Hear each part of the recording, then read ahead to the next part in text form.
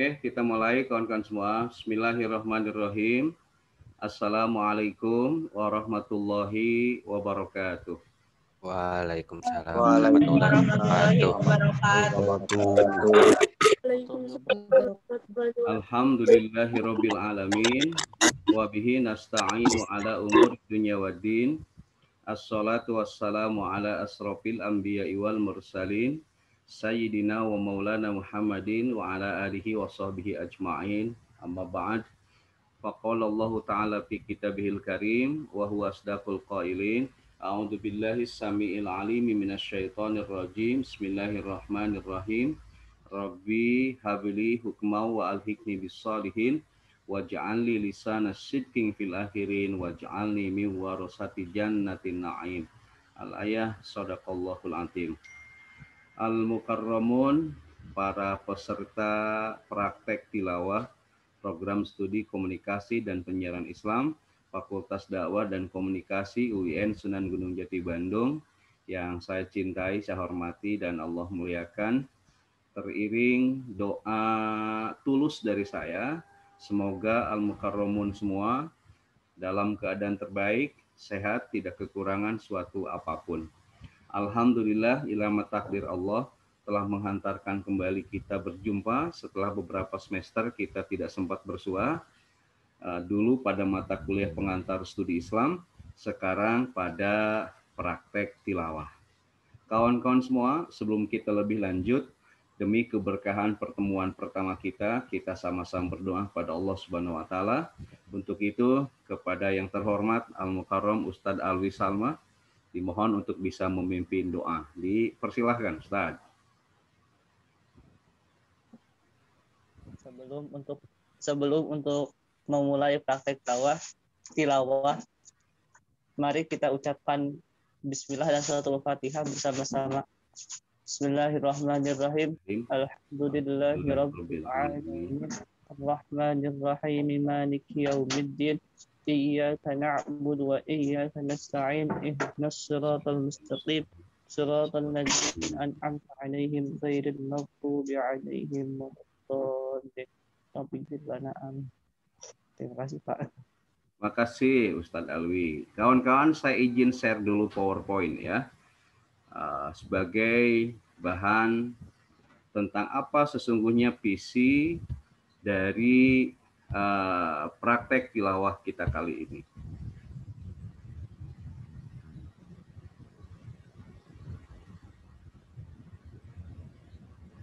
Mudah-mudahan kawan-kawan bisa mengikuti semuanya sekarang ya.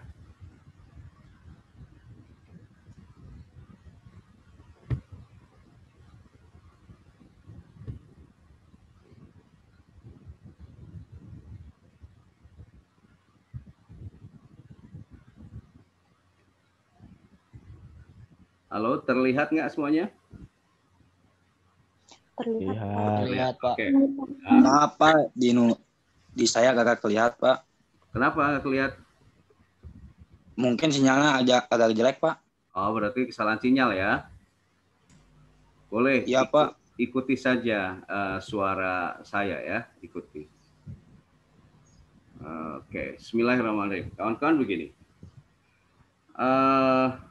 Bahwa visi dan orientasi dari praktikum tilawah di program studi komunikasi dan penyiaran Islam adalah untuk menjalin interaksi antara kita semua dengan Al-Quran.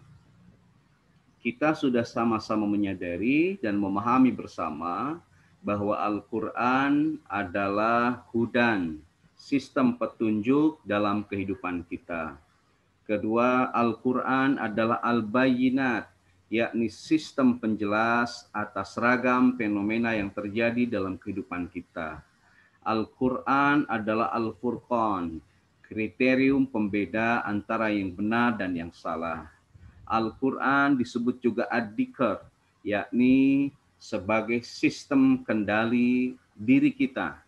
Karena lazimnya manusia seringkali lepas kendali. Tidak hanya itu, wa nunazzilu minal Qur'ani ma huwa syifaa'un wa rahmatun lil mu'minin. Al-Quran itu adalah obat atas derita psikologis yang dialami umat manusia. Sebagai buah dari interaksi dirinya dengan jiwa zamannya, di mana seringkali ada kesenjangan antara dasain dan dasolen, ada kesenjangan antara asa dan realita, lahirlah sejumlah masalah.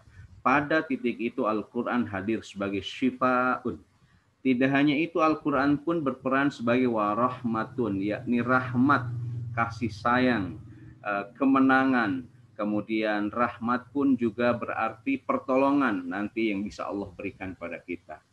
Kawan-kawan semua, supaya Al-Quran menjadi hudan, al-bayyinat, al-furqan, ad-dikar, syifa'un, dan rahmat bagi kita, maka kita harus melakukan proses interaksi dengan Al-Quran.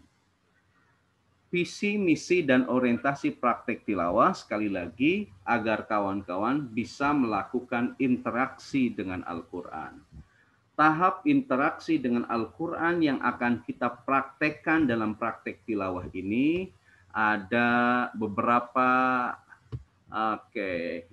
ada beberapa tahapan ya, Ustadz Alwi, kemudian Abdul, kemudian siapa ini, Amira. Amira, kamu dipanggilnya biasa Amira atau Amir? Amira, Pak. Amira, oke ya. Oke. Pertama, tahap interaksi dengan Al-Quran itu ada yang disebut dengan qiraah. Yang kedua, ada tilawah. Yang ketiga, terjemah. Yang keempat, tafsir.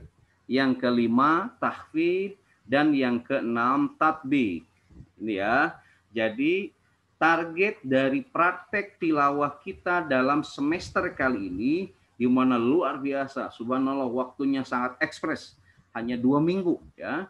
Jadi dalam waktu 2 minggu ini, kawan-kawan akan dikondisikan untuk bisa berinteraksi dengan Al-Quran, baik pada level qiraah, kemudian dinaikkan level ketiganya adalah tilawah, setelah itu naik lagi pada level terjemah, yang keempat naik pada level tafsir, kemudian berikutnya tahfidz, syukur kalau kita bisa tatbiq.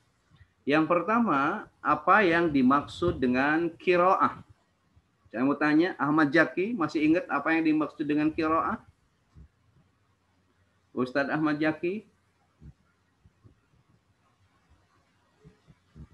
Ahmad Darmawan? Ahmad Darmawan? Ya, Pak. Apa yang dimaksud qiraah, Darmawan? Ustadz Ahmad Darmawan? Membaca. Membaca, Pak. Membaca. Oke, Alia Muhtar, kalau tilawah apa artinya? Ibu Alia? Anaya, Ibu Anaya? Anaya teh aya? Anaya, apa bedanya qiraah dengan tilawah? Ibu kurang tahu, Bapak. Oke. Aprina Dwi Sukma. Apa bedanya qiraah sama tilawah? Aprina?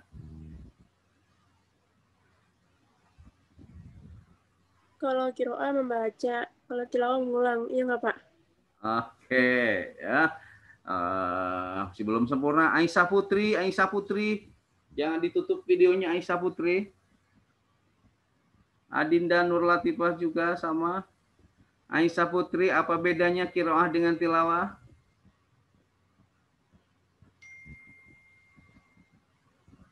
Halo? Kurang tahu, Pak. Kurang tahu. Oke, izin saya menjelaskan semua. Kalau qiraah itu adalah membaca Al-Quran apa adanya. Membaca Al-Quran tanpa panduan ilmu dan seninya. Ya.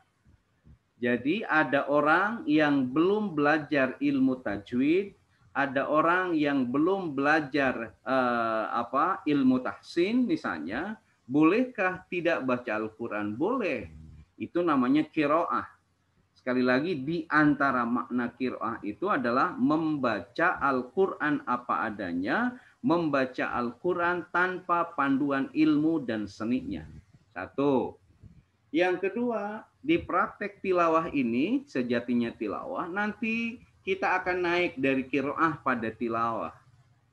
Nah, proses tilawah ini adalah membaca Al-Quran dengan panduan ilmu dan seninya. Maka di kita di Indonesia ada momentum 2 tahunan yang disebut dengan Musabaqah Tilawatil Quran. Ya, kenapa tidak disebut qiraatil Quran? Sebab yang dimusabaqahkan adalah orang yang sudah ahli dalam ilmu dan seninya. Pada praktek tilawah kita kali ini, kita ingin mengecek gitu. Apakah kawan-kawan level baca Qur'annya masih qiraah atau sudah naik pada tilawah? Sekali lagi, kalau qiraah baca Al-Quran apa adanya, baca Al-Quran tanpa panduan ilmu dan seninya, tetapi kalau tilawah adalah membaca Al-Quran dengan panduan ilmu dan seninya, sehingga bacaan Al-Quran menjadi enak kita dengarkan. Nah, kawan-kawan, proses interaksi dengan Al-Quran dalam praktek tilawah ini akan naik juga pada level ketiga, yakni terjemah. Bahwa terjemah adalah pintu awal untuk memahami luasan arti dan kedalaman makna Al-Quran. Luar biasa posisi terjemah itu menjadi magnet yang menarik penasaran kita untuk selalu berinteraksi dengan Al-Quran. Dulu konon katanya ada kawan-kawan yang melakukan penelitian. Kenapa di antara umat Islam itu malas baca Al-Quran? Di antara simpulan hasil penelitiannya, karena umat Islam tidak tahu apa arti yang dibaca dari Al-Quran itu. Maka ketika kita ingin berinteraksi dengan Al-Quran, itu terjemahnya harus kita baca. Kenapa? Sebab terjemah sekali lagi menjadi magnet yang akan menarik rasa penasaran kita untuk membuka lembar demi lembar Al-Quran. Dinda Nur Latifah, saya mau tanya Dinda. Buka Dinda, di unmute. Iya, Halo, Pak. Dinda Nur Latifah. Kamu kalau baca Quran suka baca terjemahnya enggak, Dinda? Suka, Pak. Suka? Ya enggak, kadang-kadang gitu. Oke, kadang-kadang. Yang kedua, Adipa Fikri Al-Farisi. Adipa Fikri, suka baca nggak terjemahnya kalau baca Quran? Iya, kadang-kadang, Pak. Nah, ini Kalau masalahnya. Kalau ada kebutuhan dibaca. Bacaannya yang artinya yang Oke. bagus, Pak. Berikutnya satu orang lagi, apa kadang-kadang juga Alpina Widad Jannati. Itu. Pina, kamu kalau baca Quran suka dibaca terjemahnya enggak? Kadang, Pak. Kadang-kadang. Semua di antara kita ketika berinteraksi dengan Al-Quran, terjemahnya itu kadang-kadang kita baca. Padahal rekomendasi para ulama, ketika Al-Quran kita baca terjemahnya, itu akan menjadi magnet sekali lagi yang menarik rasa penasaran kita untuk membuka lembar demi lembar Al-Quran. Dengan demikian kita akan terus berinteraksi dengan Al-Quran. 3. Berikutnya, di praktek tilawah kita kali ini akan naik juga interaksi kita dengan Al-Quran dari terjemah kepada tafsir. Tafsir ini sudah kalian kaji. Adalah pintu kedua untuk memahami luasan arti dan kedalaman makna Al-Quran. Al-Quran itu kan setidaknya kalau pakai sudut pandang hermeneutik dulu kita waktu kuliah PSI, ya maknanya itu pasti banyak. Ada makna teks di belakang teks, ada makna teks di dalam teks, ada makna teks di depan teks. Bahwa luar biasa ketika kita mengkaji tafsir Al-Quran. Ustadz Alwi, kalau kita interaksi dengan Al-Quran sudah pada level tafsir, maka sedikit pun kita tidak mau jauh dari Al-Quran. Kenapa? Sebab Al-Quran akan mengalirkan berbagai macam informasi yang selalu memantik rasa penasaran kita untuk tahu lebih jauh. Jadi kalau kita sudah ngaji tafsir, sedikit pun kita nggak mau jauh dari Al-Quran. Hidup kita ingin terus berada dalam naungan Al-Quran. Nah, kita menjadi kurang cinta pada Al-Quran karena proses interaksi kita dengan Al-Quran hanya berhenti di qiraah. ataupun ketika naik hanya berhenti di tilawah. Kalau interaksi kita dengan Al-Quran sudah naik pada ranah tafsir, maka ini sedikit pun kita tidak mau jauh hidup ini dari Al-Quran. Maka nanti kawan-kawan akan kita sama-sama belajar untuk bagaimana bisa berinteraksi dengan Al-Quran pada wilayah tafsir. Ya, gitu. Saya mau tanya, Ustadz Alwi, tafsir apa yang pernah dikaji? Jalalain, Sawi, sama Munir, Pak. Tafsir Jalalain, tafsir Sawi, sama tafsir Munir. Cukup sebetulnya 3 itu juga udah bisa memenuhi rasa penasaran. Syukur nanti kalau ditingkatkan lebih lagi pada misalnya Al-Maroghi juga bisa dibaca ya. Gitu. Satu lagi Ustadz Agung Ginanjar. Gung, sudah pernah ngaji tafsir apa saja, Gung? Tafsir Jalalain doang, Pak. Hanya Jalalain. Siapa? Itu juga baru setengah, Pak. Jalalain itu imam siapa tuh? Imam Kan dua Jalal. Jalal apa saja Ibu?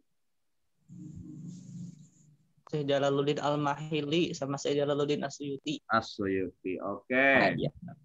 Berikutnya nih ya, saya percaya wajah kali ini wajah ahli surga semua. Nih para ustadz dan ustadzah ini, itu apalagi ada nama Jannati tadi, sudah mengkaji tafsir. Nah, berikutnya kawan-kawan, proses interaksi kita dengan Al-Quran nanti akan dinaikkan kepada tahfidz. Tahfidz itu adalah upaya menghafal Al-Quran. Ya, saya percaya dan yakin, lihat dari wajahnya semua, kalian adalah hafidz dan hafidhah ini sudah 30 juz nampaknya ini hafal semua. Jika dilihat dari wajahnya, maka saya nanti hanya melakukan pengetesan saja dari tahfidz ini. Ya. Pintu pertama untuk mengetes wawasan tahfidznya adalah dari juz amma, ya, gitu. Saya mau nanya nih, Ahmad Alwirai. Dan Alwirai buka videonya. Alwirai. Halo, ini masih ngikutin nggak? Iya, Pak. Alwi, udah berapa juz hafal Al-Quran kamu? Belum, Pak. Belum hafal. Belum Belum, hafal 10 juz? Belum. Oke. Insya Allah nanti kita pengecekan. Nih, pahami lebih jelas ya. Adinda Nur Latifah, mohon juga dipahami. Dari qiraah, naik tilawah, naik terjemah, tafsir, juga tahfidz nanti di praktek tilawah ini. Pada ujungnya mudah-mudahan dengan 5 tahapan tadi itu bisa ngasih inner energy pada kawan-kawan untuk melakukan tatbiqul Quran. Yakni untuk bisa membumikan Al-Quran dalam kehidupan sehari-hari. Ya, dari ranah yang terendah yang bisa mampu kalian lakukan sampai pada proses berikutnya. Kawan-kawan semua, bahwa interaksi kita dengan Al-Quran memang endingnya bagaimana spirit Al-Quran menjadi membumi dalam kehidupan kita sehari-hari, sehingga ucapan kita, tingkah laku kita, perbuatan kita merepresentasikan spirit Al-Quran dalam kehidupan kita. Oke, jadi itu ya visi dan orientasi dari praktek tilawah. Berikutnya, kawan-kawan semua, mohon untuk bisa tetap fokus. Nih, apa saja keutamaan kita berinteraksi dengan Al-Quran itu? Nah, ini penting. Apa keutamaan kita berinteraksi dengan Al-Quran? Ini pertama begini. Saya yakin kawan-kawan sudah hafal bahwa ketika kita berinteraksi dengan Al-Quran dari tahap qiraah sampai tahap yang tadi saya sampaikan, itu pasti berbuah pahala dan kedudukan mulia. Rasulullah SAW bersabda begini, al-mahir bil Quran, mereka yang mahir baca Al-Quran seperti Ustadz Alwi Salma, suaranya enak, makhorijil hurufnya jelas, sifatil hurufnya pas, ahkamul waqfi wal ibtidanya benar, waqaf wasolnya tam sempurna, pilihan lagunya variatif, kata Rasulullah, ma'as syafaratil kiramil bararah, kelak tempat duduknya, tempat tinggalnya akan disandingkan dengan para malaikat di surga. Luar biasa. Berikutnya, walladzi yaqra'ul Qur'an wa yatata'ta'u fihi wa huwa 'alaihi syaqun lahu ajrani. Sementara mereka yang terbata-bata baca Al-Qur'annya, misalnya suaranya serak-serak cebrek, yang panjang dibaca pendek, yang pendek dibaca panjang, yang tipis dibaca tebal, yang tebal dibaca tipis. Alhamdulillahirabbil alamin dibaca jadi alhamdulillahirabbil ngalamin gitu. Siratal ladzina an'amta 'alaihim dibaca jadi siratal ladzina an'amta 'alaihim. Gitu. Ghairil maghdubi karena kuntuna coplok dibaca jadi gurawil maghdubi.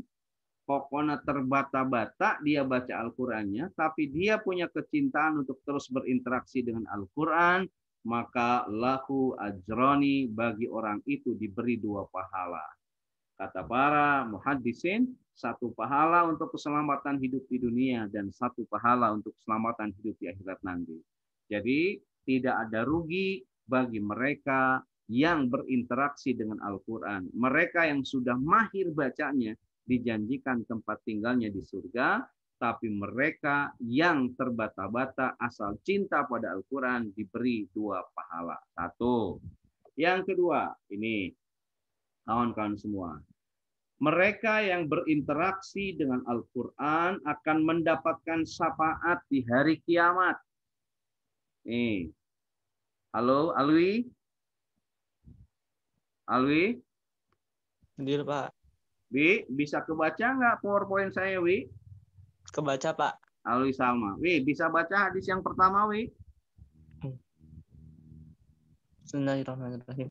Iqra'ul Qur'ana fa innahu ya'ti yaumal qiyamati syafi'an li ashabih. Bacalah Al-Qur'an karena Al-Qur'an akan datang pada hari kiamat nanti sebagai syafi', pemberi syafaat bagi yang membacanya. Yang kedua, lanjutin, Wi. Iqra'uz Zahra wa ini Al-Baqarata wa surati Ali Imran fa innahuma ta'tiyani yaumal qiyamati ka'annahuma ghamamatani aw ka'annahuma ghayatani aw ka'annahuma firqani min tayrin sawafa tahajjani an ashabihima.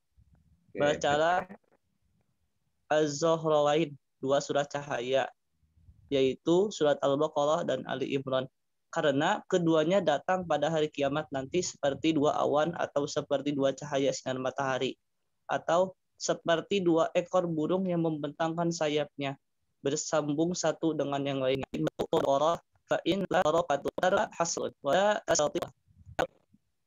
Tersebut adalah suatu keberkahan dan misalnya para tukang sihir tidak mungkin. Kami kawan-kawan semua dalam hadis yang pertama. Qra'ul Qur'an fa innahu ya'ti yaumal qiyamati syafi'an li ashabihi. Bacalah Al-Qur'an karena Al-Qur'an akan datang pada hari kiamat memberi syafaat bagi kita yang membacanya. Di hari kiamat nanti, kawan-kawan semua, mutlak setiap kita membutuhkan syafaat, membutuhkan pertolongan.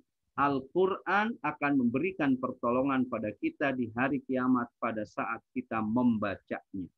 Jadi praktek tilawah ini punya spirit untuk memantik kawan-kawan berinteraksi dengan Al-Quran minimal dengan membacanya.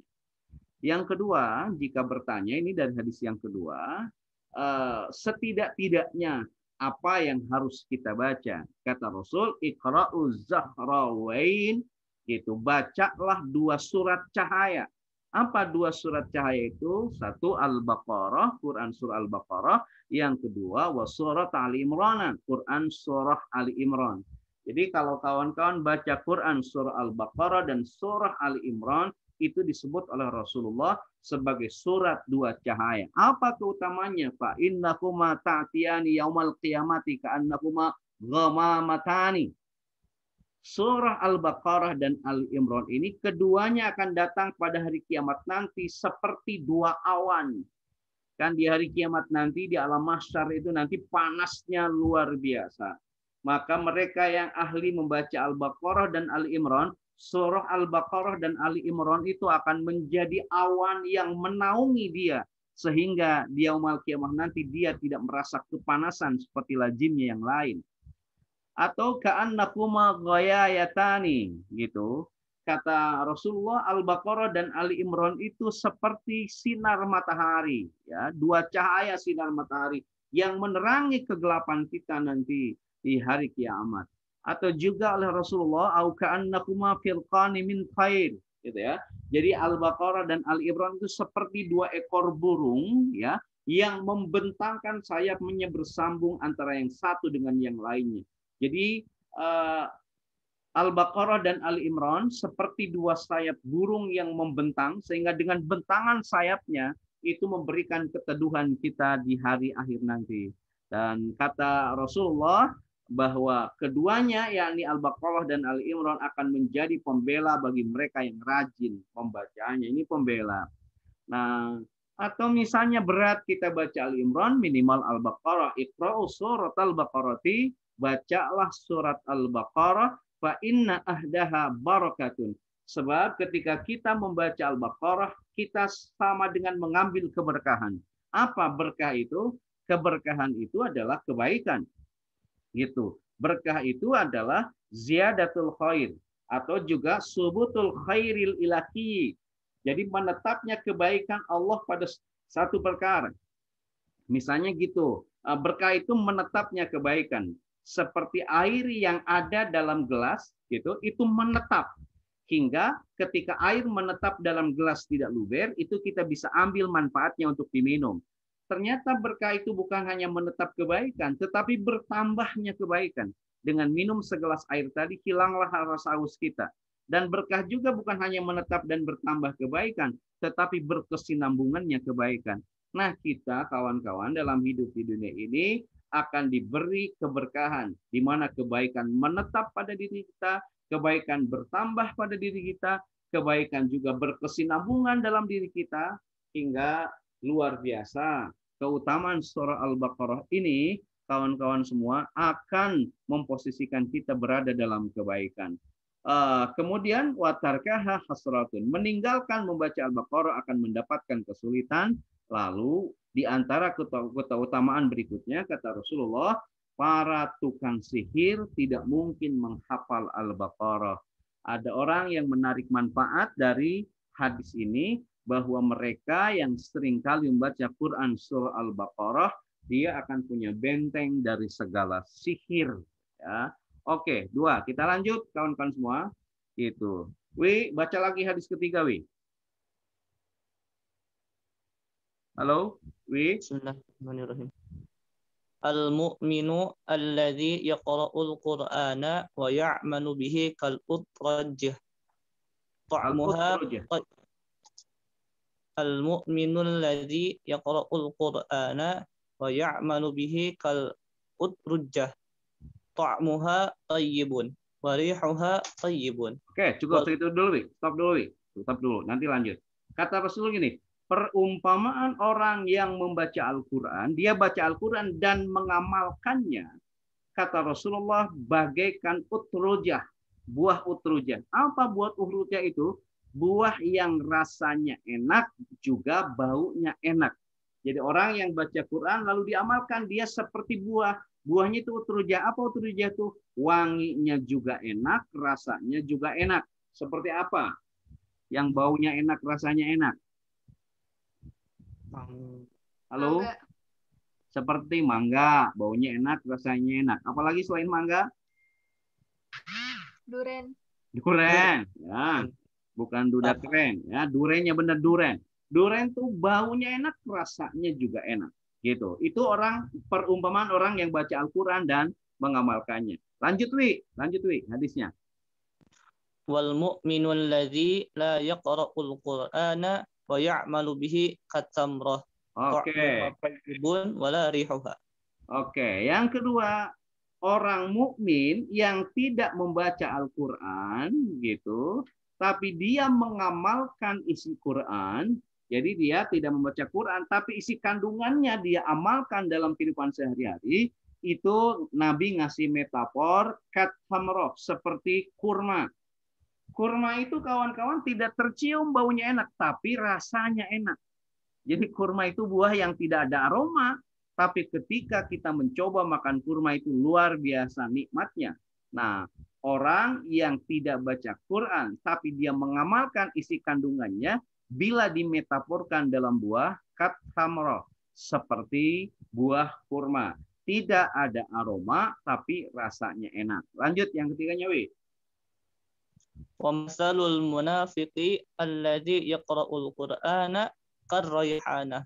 Rihuha tayyibun wa ta'muha murrun. Oke, yang ketiga begini kata Rasulullah Shallallahu Alaihi Wasallam, orang munafik yang membaca Al-Quran itu, kemudian lazimnya orang munafik, dia hanya baca Al-Quran tetapi dia tidak mengamalkan isinya, maka karrahyanah, ya, raihana. Jadi raihana itu apa? Jadi buah yang baunya asik gitu, tapi rasanya pahit. Baunya enak, wangi, tapi rasanya pahit. Seperti apa? Ada yang pernah nggak melihat buah yang wanginya enak tapi rasanya pahit? Wah, no. Sok, carilah nanti. Ini metafor dari Rasulullah. Jadi orang munafik yang baca Al-Quran tapi dia tidak mengamalkan. Kalau buah, kata Rasulullah, kayak raihana. Raihana itu buah yang wanginya luar biasa menyengat, tapi rasanya pahit molelel. Yang keempat, Wi. Wa masalul munafiqi alladzi la yaqra'ul Qur'ana kal handhalah. Ta'muha murrun aw khabithun wa rihuha murrun. Nah, ini yang bahaya. Bahwa orang munafik yang tidak membaca Al-Quran juga tidak mengamalkan Al-Quran kayak handolah. Apa buah handolah itu? Buah yang baunya tidak enak, juga rasanya juga tidak enak.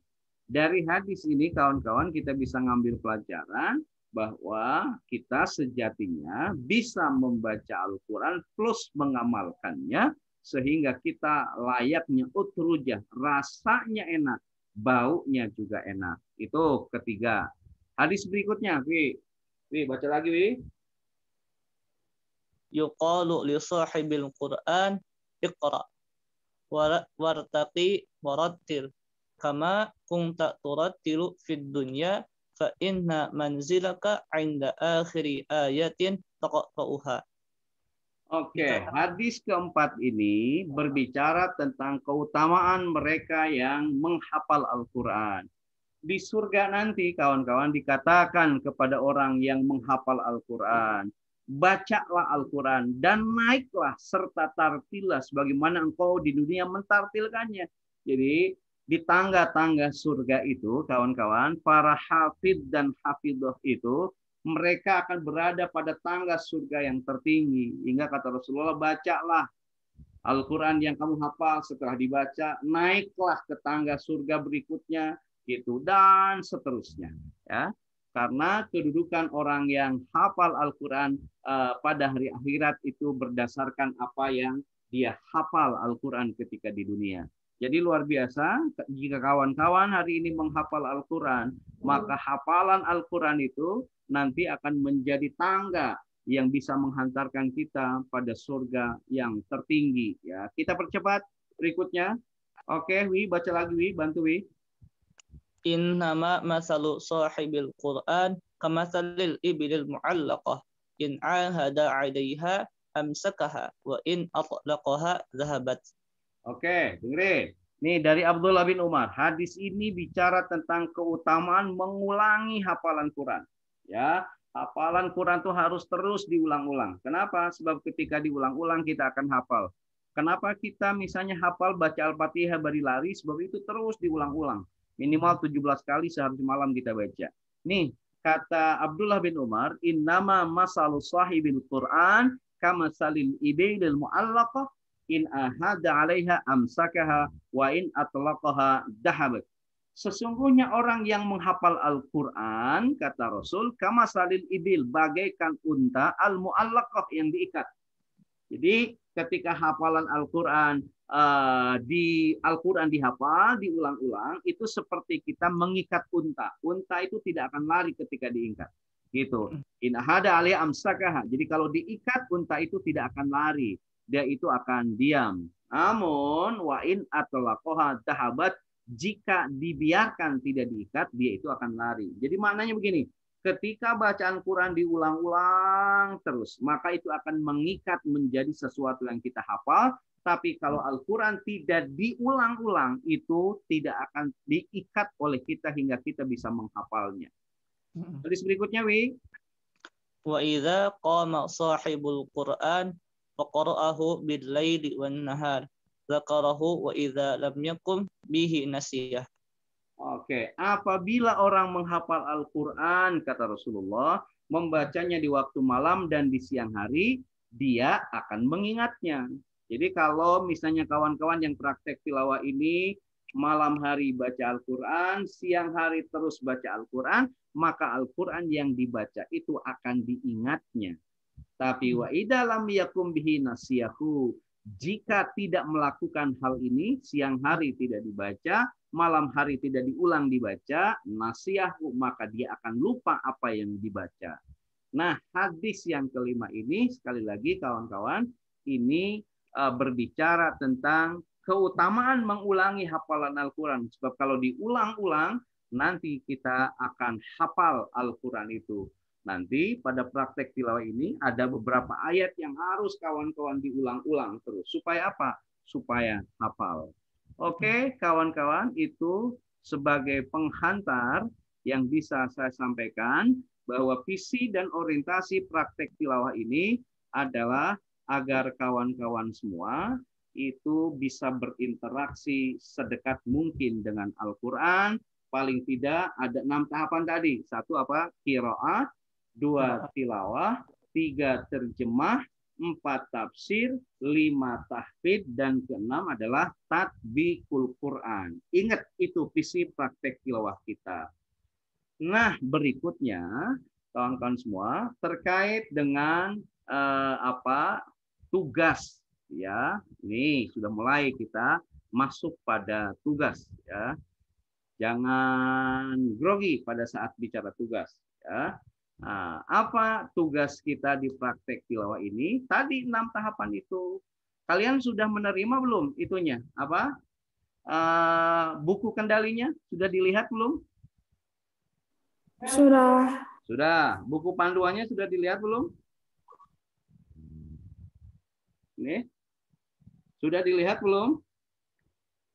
Buku kendalinya sudah dibaca? Siapa yang sudah baca? Apa yang pertama tugasnya? Ada yang ingat?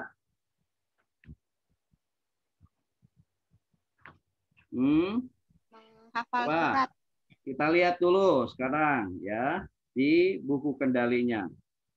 Apa yang pertama harus dipahami? Di poin pertama, ya, materi praktek tilawah itu membaca, memahami, menghafal ayat-ayat Al-Quran. Ada 5 tipologi ayat. Ada 5 ayat yang harus dihafal. Ayat tentang syahadat, ayat tentang iman, ayat tentang Islam, ayat tentang ihsan, dan ayat tentang dakwah. Itu yang harus dihafal oleh kawan-kawan. Dibulak-balik, ya, harus dihafal. Nah, sekarang begini, kita turunkan supaya lebih ringan. Nih, hari ini, kawan-kawan, pertama saja, lihat. Ayat tentang syahadat. Quran surah Ali Imran ayat 18. Fokus aja ke sana semuanya. Pegang pulpen nggak semuanya sekarang? Pegang, ya. Jadi fokus ayat tentang syahadat. Ali Imran ayat 18. Boleh 1. Atau juga surah 7 ayat 172. Surat 47 ayat 19 dan surat 48 ayat 29. Pilih di antara ayat itu, salah satu aja, jangan banyak-banyak, ya.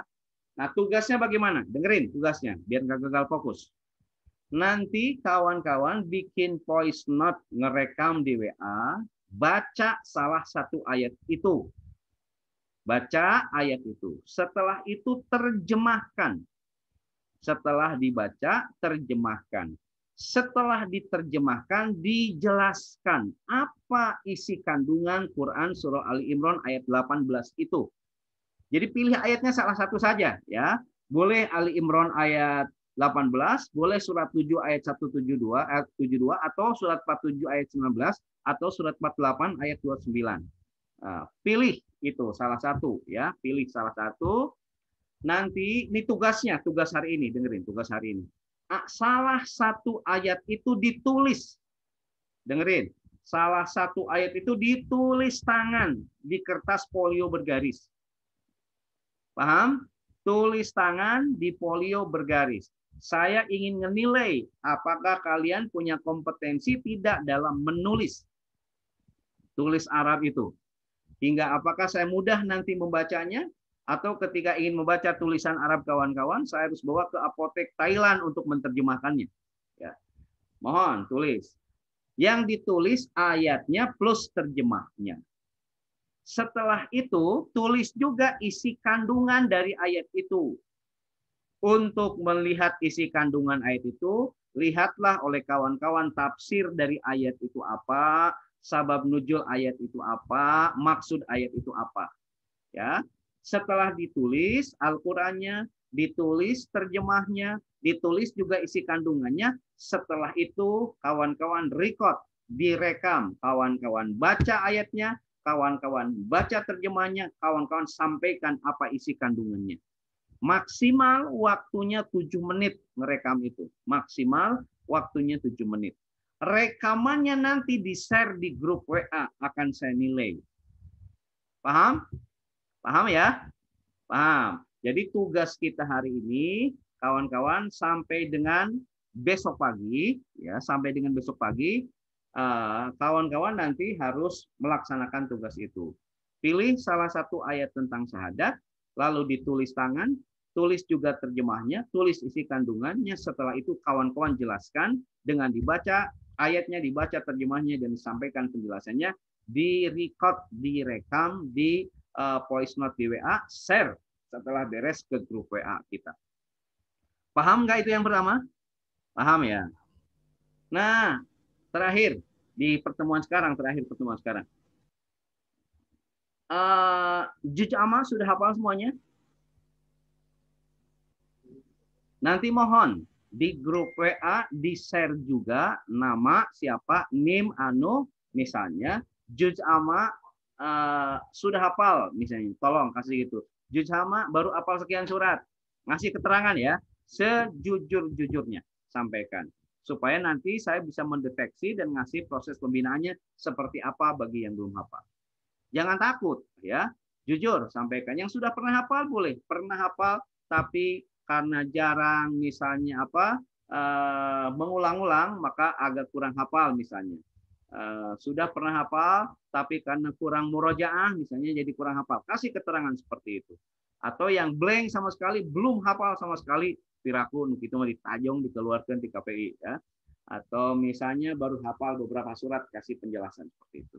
Oke, ada pertanyaan nggak untuk tugas kita hari ini? Sudah cukup? Cukup Pak, aman. Cukup aman lah ya. Nanti kerjakan. Sampai kapan waktu mengerjakannya? Harus hari ini dikerjakan. Sebab besok kita akan masuk pada materi yang lainnya. Ya, saya berharap kawan-kawan, karena saya punya pekerjaan tambahan di kampus ini yang harus bolak-balik dan lain sebagainya, maka waktunya mohon kawan-kawan bisa fleksibel, harus siap. Ya, kalau untuk besok jam berapa kita bisa Zoom meeting? Mau pagi-pagi lagi? Jam segini? Atau mau Zoom meetingnya mau besok hari Selasa atau hari Rabu? Kita selang-selang satu hari. Biar kuotanya nggak terlalu boros. Iya, Pak. Sok pilih mau sehari 2 kali, mau sehari sekali, atau 2 hari sekali. 2 hari sekali, Pak, biar nggak boros. 2 hari sekali dari Aditya. Yang lain? 7. 7 2 hari sekali? 7, Pak. Oke. Wah, karena masing-masing kelihatan wajahnya wajah miskin lah ya. Miskin kuota lah ya. Saya terima permohonannya 2 hari sekali kita Zoom meeting. Jangan terlalu lama. karena di Zoom nanti hanya untuk sekedar pengecekan dan evaluasi. Berikutnya yang langkah pertama kerjakan ya. Nanti pahami tulisan kawan-kawan, tulis Al-Qur'an, terjemah dan isi kandungannya dipotret dan di format PDF kirimkan ke saya.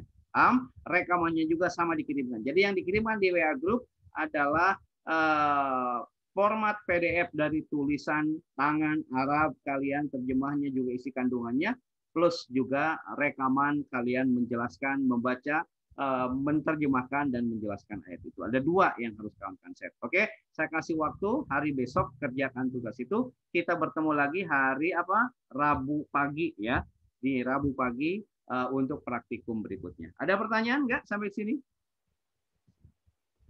Cukup? Sudah? Pak. Atau mau ditambah tugas berat lagi? Cukup, Pak. Cukup ya. Kawan-kawan, kita cukupkan sampai di sini.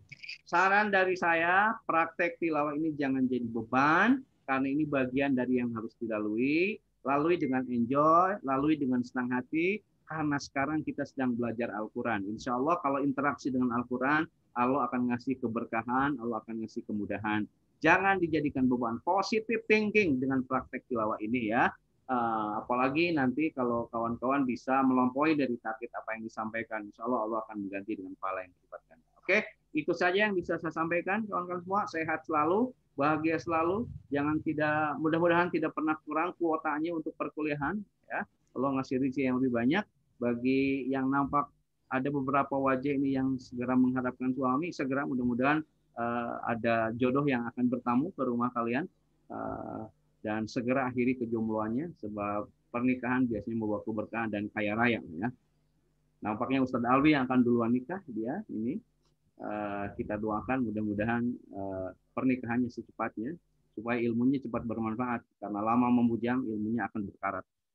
Oke, kawan-kawan semua, kita sama-sama tutup pertemuan kita dengan membaca hamdalah bersama-sama. Alhamdulillahirabbil alamin. Turun, Pak. Atas perhatiannya, mohon maaf atas segala kekurangannya. Assalamualaikum warahmatullahi wabarakatuh. Waalaikumsalam warahmatullahi wabarakatuh. Mungkin saya tutup ya, silakan boleh. Pak.